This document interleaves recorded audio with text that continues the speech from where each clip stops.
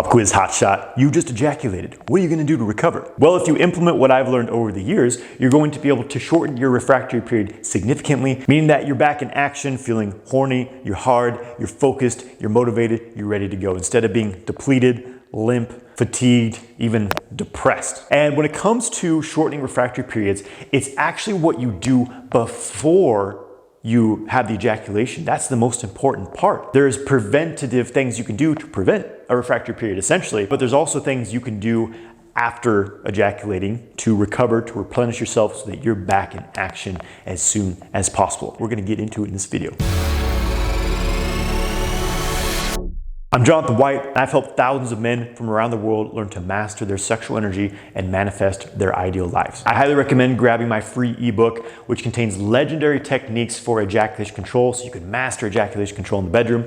And make sure you hit subscribe to stay notified when new content like this drops. So I'm 36 years old, and when I was in my mid to late 20s, I was wiped out from an ejaculation. I would have an ejaculatory orgasm. Yeah, it was nice, it was fun, it was fantastic. And then I would feel extremely unmotivated, wasn't able to get erect, I was lazy, brain fog, etc. Having gone deep into human physiology, Eastern medicine, and internal energy cultivation, all kinds of things, I developed an understanding of why the refractory period occurs, why it gets extremely intense and prolonged for some men, and what you can do to actually prevent it. And now, I practice Taoist sexual kung fu practices, and I don't ejaculate frequently, but I do occasionally. And when I do, it's not a big deal. I don't really feel like there's been any major loss. It's just like, okay, that was that. And I'm often like ready to go pretty soon afterwards. So there's not this whole huge dip anymore in my energy as it used to be like 10 years ago. So as I've gotten older, my sexual vitality has improved. And if you're watching this video, maybe it's because you experience refractory periods that are longer than you would like. There may have been a time when you were younger where you were just ready to go in 2 minutes, like a lot of teenagers are, but maybe now it's like hours or it's even days, and that may be why you're here in the first place. But know that with some information and lifestyle changes and even supplements, you can shorten that refractory period so that it's not such a toll on your lifestyle, essentially. So the refractory period is a temporary state in which you are impotent following an orgasm or an ejaculation. The first question is, why is this? Why would this occur? Like, why can't the body just have orgasm after orgasm after orgasm? And there's no real good, like, mainstream medical scientific explanation as to why men have refractory periods, because supposedly we're supposed to just be able to ejaculate as much as we want. It's no big loss. It's no big deal. The more the better. The healthier your prostate is. That's what doctors will tell you, right? The theory is that it's basically to prevent completely reducing your sperm supply. You don't ejaculate all your sperm in an ejaculation, but if you do it over and over again, then yeah, you're gonna have no more sperm, so you have to produce more. And obviously, the refractory period is some sort of defense mechanism. And I'm gonna get more into what that means and why, because it has to do with the loss of your life force, essentially. The most relevant thing to understand here is that major hormonal and neurotransmitter changes happen after you ejaculate. Your dopamine, which is your reward chemical, it's your excitement neurotransmitter as well, it plummets. It spikes and peaks during ejaculatory orgasm and building right up towards it, and then it just tanks. This happens in conjunction with a release of prolactin into your body. Prolactin is a hormone that women produce when they're breastfeeding. And it's well known that high levels of prolactin basically destroy your libido. So what happens is the prolactin is released, it suppresses dopamine levels. It also suppresses testosterone activity in your body, meaning that your androgen receptors are not as active to bind to testosterone, meaning it has no more effect on you, essentially. What this translates into is that you have low desire, you are limp, you can't get it up, and you have to recover, essentially. How long it takes for this to change, for the prolactin to lower and the dopamine to go back up and your testosterone to be more active. When you're younger, in your teenage years, it may be minutes. Whereas when you get into your 30s, your 40s, your 50s, it could be days, literally days until things normalize. And there's also other neurotransmitters that can become depleted from an ejaculatory orgasm. Serotonin, acetylcholine, different neurotransmitters. So it's like basically your raw supplies of neurotransmitters and hormones that are feeding your arousal response and erections, they plummet after an ejaculation. So that's a scientific level. But coming at it in more of a Eastern philosophy, I've studied deep in Chinese medicine, Qigong, cultivation. What's happening here is that every time you ejaculate, you're spending your energy. You have this reserve of energy that you're born with, and you can put more energy into it, spend it like a bank account. Most people aren't putting more back in there. And ejaculation is an expenditure of that energy. And it's no big deal when you have a lot of it. It's really not a big deal at all. But the more you start spending that energy, the more you're emptying your bucket. I talk about this in a video I made called The Timeline of Semen Retention. The emptier your reserves get, the more cautious the body's like, hey, this dude's like spending this out of control. Like, this idiot is gonna run us into the ground. So the body's smart. It's always protecting itself. And that's why these prolactin spikes get sharper and sharper. It's because you're becoming more and more depleted. That's what it means. The worse your refractory period is, it means that the body's more cautious about its resources. This probably wouldn't be so much of an issue if we had, I don't know what normal or natural means, you know what I mean? But it's like, if we were living in the wild, we're cavemen, there's no social media, there's no porn. It's just like, what you see is what you get in physical reality. We wouldn't have this issue because what modern technology and what porn is doing, it's overstimulating you. It can kind of cut through those prolactin spikes because you're in this post-nut hangover, but then you watch porn, which exaggeratedly stimulates your system. Your body's saying, hey, there's this new chick that we can knock up. We need to continue the species. So, all right, all hands on deck. Let's pump that arousal, get back into it, which may sound like, oh, well, that's a simple hack to getting more aroused. Just watch porn. But what this is doing is bypassing your body's defense mechanism, which is saying, hey, you don't have enough energy to spend. Stop it. Stop. Put your dick away. And you're cutting through that and just going. It's kind of like drinking multiple cups of coffee when you're adrenally fatigued. It's just burning up your resources. So porn is causing men to be exceptionally depleted in their 20s. Like, men in their 20s and 30s have the hormone profiles of what used to be normal for 75-year-old men these days. That's how depleted people are getting. And according to Chinese medicine, having high levels of prolactin is usually linked to having what's known as yin deficiency. You have a deficiency of yin energy. And that may sound strange saying, well, it seems I have a lot of yin because this prolactin is making me sleepy and tired and docile. You think of yin, it doesn't mean like you're being more feminine, you're acting like a female. That's not necessarily it. Yin is basically your supplies. It's your potential for yang. Yin is the seed of yang. So often yin pertains to the fluids of the body, the neurotransmitters, etc. So this is deficient. So the prolactin spikes are the body's way of protecting itself and saying, okay, like, we're already yin deficient, so we're gonna force you to be more essentially tired and unmotivated so that you chill the fuck out and let yourself recover a little bit.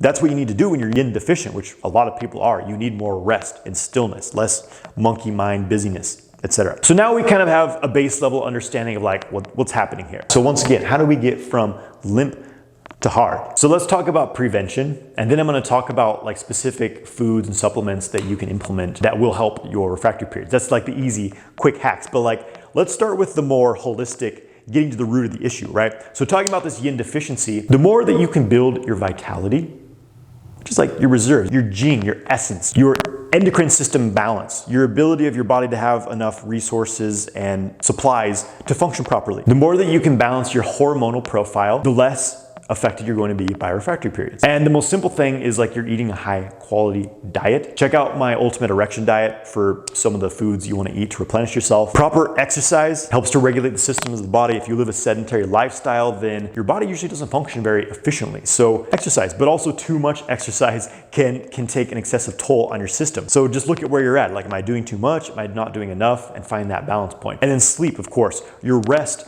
is probably what a lot of you are going to need the most, is to just give your nervous system a rest. And of course that means maximizing your sleep, but it also means giving your mind a break. We are overstimulated by information, by social media. One of the worst things you can do for your sexual health is spend a lot of time on a screen. It jars your nervous system, it fries your neurotransmitters. What I like to do is prioritize like having some time every day to go for a quiet walk in the woods.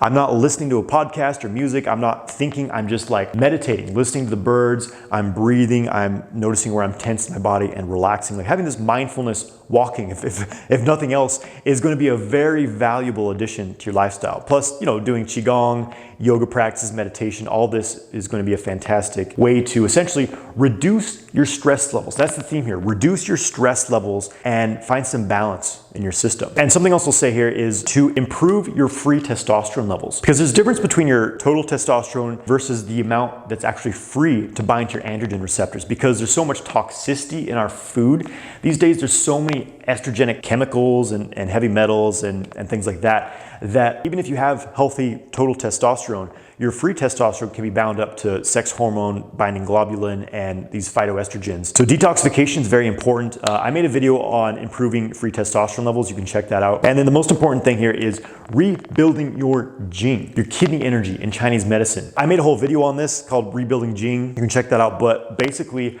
my recommendation is, again, more calmness and stillness in your life. One of the biggest factors here as well for men is to not over ejaculate. Frequent ejaculation is one of the best ways to deplete your sexual energy, deplete your jing, and that will make your refractory periods more and more intense. So semen retention is a very viable approach for maximizing your libido and vitality in general. But if you practice non-ejaculatory sex by learning to have non-ejaculatory orgasms, it actually deepens your sexual enjoyment, prolongs the experience, and you're not completely depleted afterwards. All right, let's talk about post-ejaculation recovery, okay? Because now it's like, well, you've ejaculated, you busted a nut. What can you do to replenish yourself? So there's some specific foods and supplements you can consume which can help you. The number one thing is to replenish your minerals. These are the raw supplies that are essential for hormone production and different processes of the body. Zinc, magnesium, boron, selenium, and even iodine is another essential mineral. Most of these I actually supplement with. Things like zinc you can get from foods, but in general, these are good to supplement. Organ meats, beef liver is my favorite, is rich in minerals, nutrients that will help you replenish your vitality. So that's another great post-nut. Even, regularly having organ meats in your diet will make sure you're loaded with the nutrients, proper nutrition, so that you don't have as intense refractory period. Maca root is another one that has been shown to boost sperm production, so it may quicken your ejaculation recovery. Ginseng is a very common herb that has been shown to lower prolactin levels. And most ginseng on the market is bunk. It's very low quality, often very little amount of the active ingredient, or it's not properly matured. Ginseng needs to be aged at least 5 years for it to be most beneficial to you, basically. So getting some high quality ginseng can support your recovery. It's a well-known aphrodisiac in the East. Fulvic and humic acid. These are compounds that have anti-estrogenic, anti-toxic aspects to them. They've been shown to help boost your free testosterone. These are in shilajit, which is a common it's like a resin from organic materials found in the mountains. You can either get straight fulvic humic acid, usually comes in a little dropper bottle, or you can take shilajit to get these, but these are great for shortening your refractory periods and boosting your overall vitality. Mucuna, also known as velvet bean, has precursors to dopamine, so it helps to get your dopamine back to a good level. Same thing with tyrosine. It is the amino acid that is the raw materials for dopamine in the body. And then vitamins D3 and B6. D3 is an essential vitamin for hormonal production. Most people are deficient in it. So getting it from the sun is the best way, but you can also take a vitamin D3 supplement. Vitamin B6 has been shown to lower prolactin levels, so that's a good thing to keep in your system in general. It's a good free testosterone booster. So it may seem elaborate, but this is a good kind of post-nut routine, is to take these compounds to support your body's, we could say, hormonal metabolization process. And then another thing that's gonna really help is if you avoid screen time, which is just gonna, a lot of people, when they're in that like post-nut state, they're gonna seek things that try to give them a quick fix to feel better. You're like, oh, I need to play some video games, I need to take some drugs, I need to get on Instagram, look at booties, whatever it is. These things are just gonna further overstimulate your system. So avoid porn, avoid social media. My recommendation is that you do some meditation practice, you do some qigong, breath work, spend some time in nature, like just rest. You've ejaculated, okay, just rest, Take some replenishing compounds and give your mind and body some rest, and that will quicken your recovery process. Now, the most valuable tool that I found for shortening and preventing refractory periods is my sexual kung fu practice, because what I learned was basically trading ejaculatory orgasms for non-ejaculatory orgasms. So no longer ejaculating during sex, at least not frequently, which is the ultimate prevention, because if you don't ejaculate, you're not going to have a refractory period. And that may sound like torturous to if you haven't heard of this before, like, well, what the hell's the point of sex without an orgasm? But this is the thing of like, in sexual kung fu, we're retraining ourselves to experience orgasms without ejaculating as a full body experience, a full body buildup of energy. And what happens here is that the energy is moving internally.